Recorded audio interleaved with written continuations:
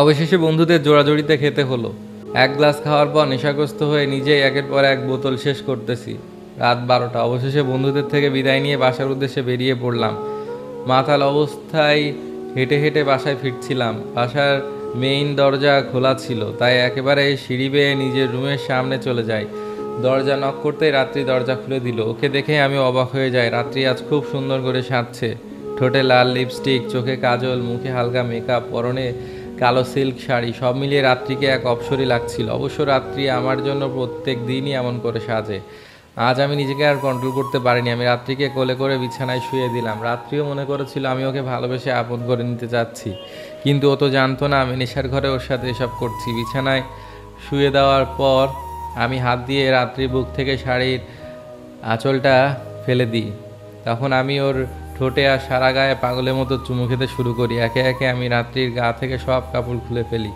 দুজন আবদ্ধ হয়ে যায় স্বামী স্ত্রীর পবিত্র মিলনে। পরের দিন সকালবেলা ভোরের আলো চোখে পড়তেই ঘুমটা ভেঙে গেল। এতক্ষণে নেশাটা অনেকটা কেটে গেছে, কিন্তু আমি একই দেখছি, আমার আর রাত্রির গায়ে কোনো কাপড় নেই, শুধুমাত্র বিছানার চাদরটা দুজনের গায়ের উপর রয়েছে। তখন গত রাতের ঘটনাটার কথা মনে পড়তে আমার মাথায় আকাশ ভেঙে পড়ল।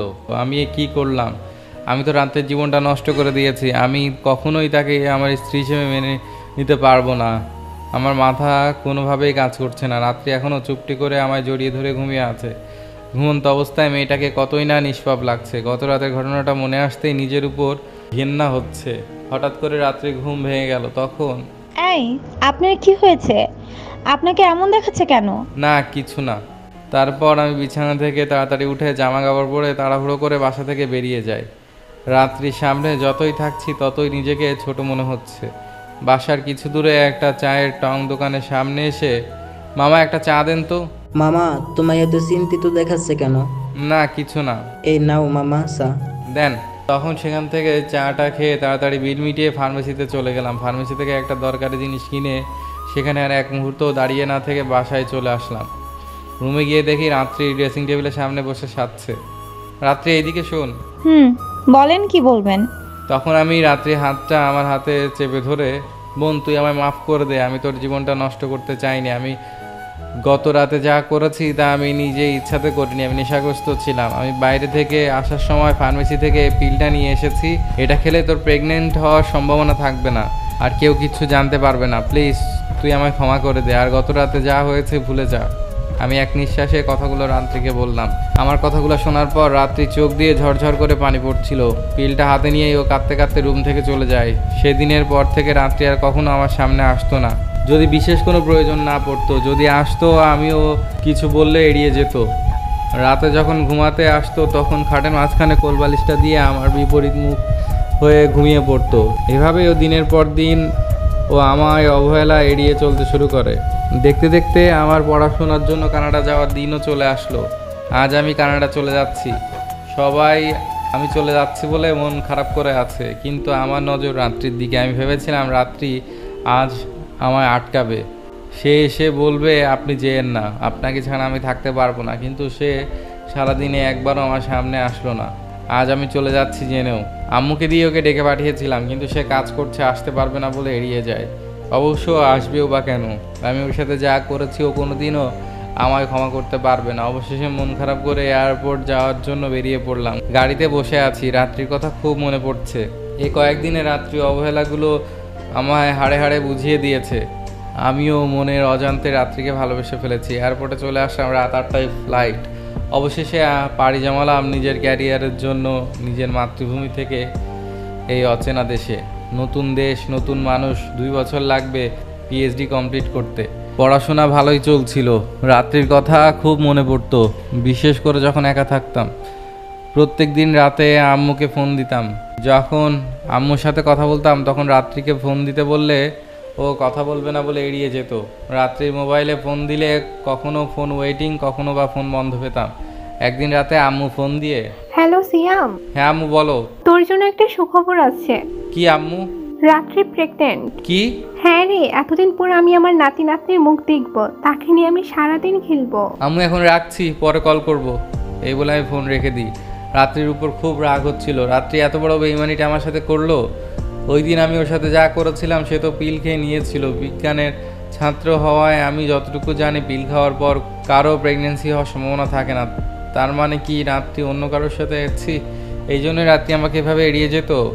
যখনই ফোন করতাম তখনই তার ফোন ওয়েটিংয়ে পেতাম। ও বলতেই পারতো অন্য কাউকে ভালোবাসে, আমি নিজেই ওকে ওর হাতে তুলে দিতাম। কিন্তু এভাবে সে সবার আড়ালে নষ্টামি করছে, আমি কখনোই রাত্রিকে ক্ষমা করব না। এর শেষ আমি দেখেই ছাড়বো। আজ কানাডা আসছি 1 বছর, এখনো পর্যন্ত রাতের সাথে একবারও কথা পর্যন্ত হয়নি। রাতে শুয়ে আছি তখন আম্মুর ফোন। হ্যাঁ আম্মু। কেমন আছিস বাবা? আলহামদুলিল্লাহ, তোমরা কেমন আছো? আমরাও ভালো আছি। তোর জন্য একটা খুশির খবর আছে। কি আম্মু? তুই বাবা হয়েছিস। আমাদের ঘর আলো করে ছোট্ট একটা রাজকন্যা এসেছে, আমার নাতনি।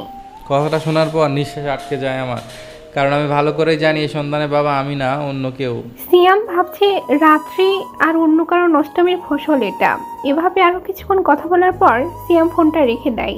এভাবে দেখতে দেখতে আমার পিএইচডি কমপ্লিট করা হয়ে যায়। আজ আমি বাড়ি যাচ্ছি, অনেক বছর পর বাড়ি যাচ্ছি, প্রায় 2 বছর। অবশ্য রেজাল্ট ভালো হওয়ার কারণে এই কানাডাতেই জবের অফার আসছিল, কিন্তু আমি না করে দিয়েছি। তাই দেশেই জব করব বলে ঠিক করেছি। দেশে যে আমাকে যেতেই হবে, শেষবারের মতো রাত্রি মুখোমুখি আমাকে হতেই হবে। আমার কিছু প্রশ্নের জবাব যে তাকে দিতেই হবে। অবশেষে দীর্ঘ 2 বছরের সফর শেষে বাড়ি ফিরে যাচ্ছি নিজ মাতৃভূমিতে। সকাল 10টায় বিমান ল্যান্ড করলো চট্টগ্রাম শাহ আমানত বিমানবন্দরে। দীর্ঘ 1 ঘন্টার ইমিগ্রেশন শেষ করে এয়ারপোর্টের ভেতর থেকে বাইরে বের হলাম। পরিবারের সবাই আমাকে দেখা মাত্রই হাত দেখালো। আমি দূর থেকে আব্বুর কোলে একটা বেবি দেখতে পেলাম। তখন এটা তোর মেয়ে, আমাদের নাতনি সিমরাত। সিমরাত নামটা শুনে আমার বুকটা ধুপ করে উঠলো, কারণ বিয়ের আগে রাত্রি আমায় প্রায় বলতো যখন আমাদের বিয়ে হবে তখন নাকি আমাদের একটা মেয়ে হবে, মেয়ের নাম হবে সিমরাত। সিয়াম নামের সাথে মিল রেখে বাচ্চা মেয়েটাকে দেখে আমার অনেক মায়া হলো। একদম রাত্রির মতো কিউট পিচ্ছি। পরিবারের সবাই আমাকে এয়ারপোর্টে রিসিভ করতে আসছে, শুধুমাত্র একজন ছাড়া, যাকে আমার 2 নয়ন খুঁজছে। সে আর কেউ না, রাত্রি। অবশ্য সে আসবেও বা কেন? আমি তো এখন ওর কেউ না, ওর মনের মধ্যে অন্য কেউ আছে। অবশেষে 3 ঘন্টা লাগলো বাসায় আসতে। আজ আমি আসবো বলে পুরো বাড়িতে অনেক খুশির আমেজ। সবাই আমাকে নিয়ে পড়ে আছে। আমাকে দেখে বাড়ির কাজের লোকটি পর্যন্ত দৌড়ে আসলো, শুধু একজন ছাড়া। বাড়িতে সবাই দেখছি, শুধু রাত্রিকে ছাড়া। আম্মুকে একবার রাত্রির কথা জিজ্ঞাসা করতে আম্মু এড়িয়ে যায়। তখন সিয়াম, তুই এত দূর থেকে জার্নি করে এসেছিস, ফ্রেশ হয়ে আয়, আমি তোর খাবার দিচ্ছি। তখন আমি ফ্রেশ হতে আমার রুমের দিকে চলে যাই। রুমের ভেতরে ঢুকেই আমি অবাক হয়ে যাই। আমার রুমটা খুব সুন্দর করে সাজানো, একেবারে আমাদের বাসর রাতের মতো। আমি আরও অবাক হয়ে যাই যখন আমার রুমের মধ্যে একটা পরীকে দেখতে পাই। পরীটা অন্য কেউ না, এটা হলো রাত্রি। অনেক সুন্দর করে সেজেছে, আগের থেকে অনেকটা শুকিয়ে গেছে, কিন্তু মুখটা অনেক মায়াবী লাগছে।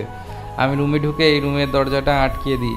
আমি এইভাবে দরজা আটকাতে দেখে রাত্রি কিছুটা ভয় পেয়ে যায়। তখন কেমন আছেন? খুব ভালো আছি। আমি কেমন আছি জিজ্ঞেস করবেন না? কি জিজ্ঞেস করব? তুই কতটা ভালো আছিস দেখতেই তো পারছি। কি হয়েছে আপনার? এমন করছেন কেন? তোর মতো নষ্টা মেয়ের সাথে কথা বলতেই আমার বিবেকে বাজছে। তারপরও তোর কাছে আমার কিছু প্রশ্নের জবাব রয়েছে।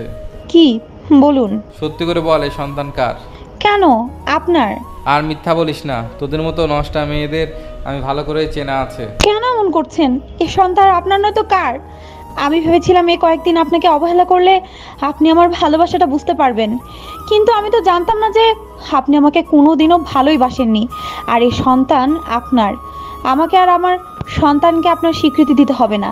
আমি কাল সকালেই আমার সন্তানকে নিয়ে এই বাড়ি থেকে অনেক দূর চলে যাব। শুধুমাত্র আজকের রাতটুকু আমাকে এই বাড়িতে থাকতে দিন। আরে যা যা, তোর মতো নষ্টা মেয়ের সাথে আমি এমনিতেই আমার বাকি জীবনগুলো কাটাতে চাই না। তোকে আমি খুব শীঘ্রই ডিভোর্স দিয়ে দিব।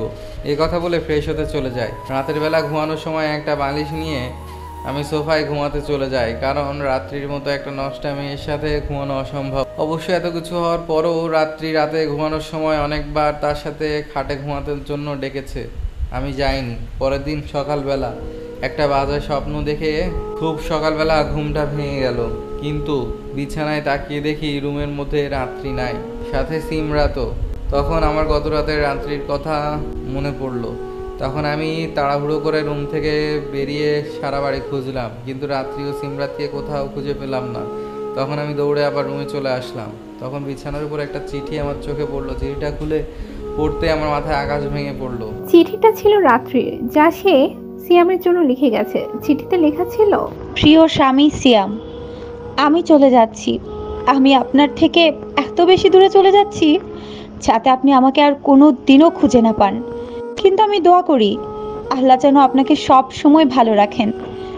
অনেক আশা ছিল আপনার স্ত্রী হয়ে বাকি জীবনগুলো কাটাতে, কিন্তু সৃষ্টিকর্তা মনে হয় তা চান না। তাই হয়তো শেষ চেষ্টা করেও আপনার ঘর করতে পারলাম না। কি করব বলুন? আপনাকে যে ছোট্টবেলা থেকেই অত বেশি ভালোবেসে ফেলেছি। আপনার এত অবহেলার পরও চেষ্টা করেছিলাম আপনার মনে একটু জায়গা করে নিতে, কিন্তু আমি ব্যর্থ। এত কিছু হওয়ার পরেও চাচ্ছিলাম আপনার সন্তানের মুখের দিকে তাকিয়ে বাকি জীবনগুলো কাটিয়ে দিতে, কিন্তু আপনি গত রাতে আমাকে যে অপবাদটা দিয়েছেন সেটা আর সহ্য করতে পারলাম না। একজন মেয়ের সবচেয়ে দামি জিনিস হলো তার ইজ্জত। আপনি কিনা স্বামী হয়ে আমার ইজ্জতের উপর প্রশ্ন এনেছেন। বলছেন সিমরাত আপনার মেয়ে নয়, আমার আর অন্য কারো নষ্টামির ফসল। ছি! আপনার কথাগুলো শোনার পর আমি সেই মুহূর্তে আত্মহত্যা করতাম, শুধুমাত্র পারিনি আমার নিষ্পাপ মেয়েটার মুখের দিকে তাকিয়ে। আমি মরে গেলে আমার সন্তানের কি হবে? ওকে তো আপনি আপনার সন্তান হিসেবে মানেন না। তাই আমি আমার সন্তানকে নিয়ে অনেক দূরে চলে যাচ্ছি, যেখানে আমাদের ছায়াও আপনার জীবনে যেন না পড়ে। আর আপনাকে শেষবারের মতো একটা সত্য কথা বলে দিতে চাই, সিমরাত আপনারই মেয়ে। নেশাগ্রস্ত রাতে আপনি আমার সাথে যা করেছেন তারই ফসল। তখন আমার এই সন্তান না হওয়ার জন্য যে পিলটা খেতে দিয়েছিলেন, আমি সেদিন পিলটা খাইনি, ফেলে দিয়েছিলাম। কি করব বলুন? আমাদের কর্মকাণ্ডের ফলটা তো আমার সন্তানকে ভোগ করতে দিতে পারি না। আর আমি সব সময় দোয়া করি আপনি যেন ভালো থাকেন, নিজের শরীরের খেয়াল রাখবেন। এতদিন তো সব কিছু আমি খেয়াল রাখতাম, কিন্তু আমি তো আর থাকবো না। আর হ্যাঁ, আমার একটা শেষ অনুরোধ রাখবেন প্লিজ। আপনার মনের মতো কোনো মেয়েকে দেখে বিয়ে করে নেবেন যে আপনার খেয়াল রাখবে। আমার হাত দিয়ে কলম আর চলছে না। আপনি ভালো থাকবেন। আল্লাহ হাফেজ। এটা আপনার নষ্টা বউ। চিঠিটা পড়তেই আমি জোরে একটা চিৎকার দিই। আমার চিৎকার শুনে সবাই দৌড়ে আমার কাছে আসে। তখন কি হয়েছে বাবা, তুই এভাবে কাঁদছিস কেন? আমি কাঁদতে কাঁদতে সবার দিকে রাত্রির লেখা চিঠিটা এগিয়ে দিই। চিঠিটা পড়েই সবাই কাঁদতে থাকলো। তখন আম্মু বলল, মেয়েটাকে তুই আজ পর্যন্ত একটুও সুখ দিসনি, অত সত্যিই খুব ভালোবাসতো। তুই এমন একজনকে হারিয়েছিস যে তোকে নিজের চেয়েও বেশি ভালোবাসতো। আর হ্যাঁ, ওই দিন রাতে যখন বললো তুই ওকে ধর্ষণ করতে চেয়েছিস, তখন আমরা সবাই কেন তোর কথা শুনতে চাইনি জানিস? আমরা সবাই চেয়েছিলাম তোর সাথে রাত্রির বিয়ে হোক, কারণ আমরা জানি আমার ছেলে কোনো মেয়েকে ধর্ষণ তো দূরে থাক, কোনো মেয়ের সাথে চোখে চোখ রেখে কথাও বলে না। আমরা এটাও জানি তুই কখনোই রাত্রির সাথে বিয়েতে রাজি হবে না। তাই আমরা সবাই রাত্রির এই প্ল্যানের সাথে হাত মিলাই। তোকে ধর্ষক বানিয়ে ব্ল্যাকমেল করলেই তবেই তুই বিয়েতে রাজি হবি, কারণ একমাত্র রাত্রিই ছিল তোর স্ত্রী হওয়ার যোগ্য। কিন্তু তুই এর মূল্য বুঝতে পারলি না। রাত্রির মতো অমূল্য জীবন সঙ্গিনীকে তুই হারিয়ে ফেলেছিস।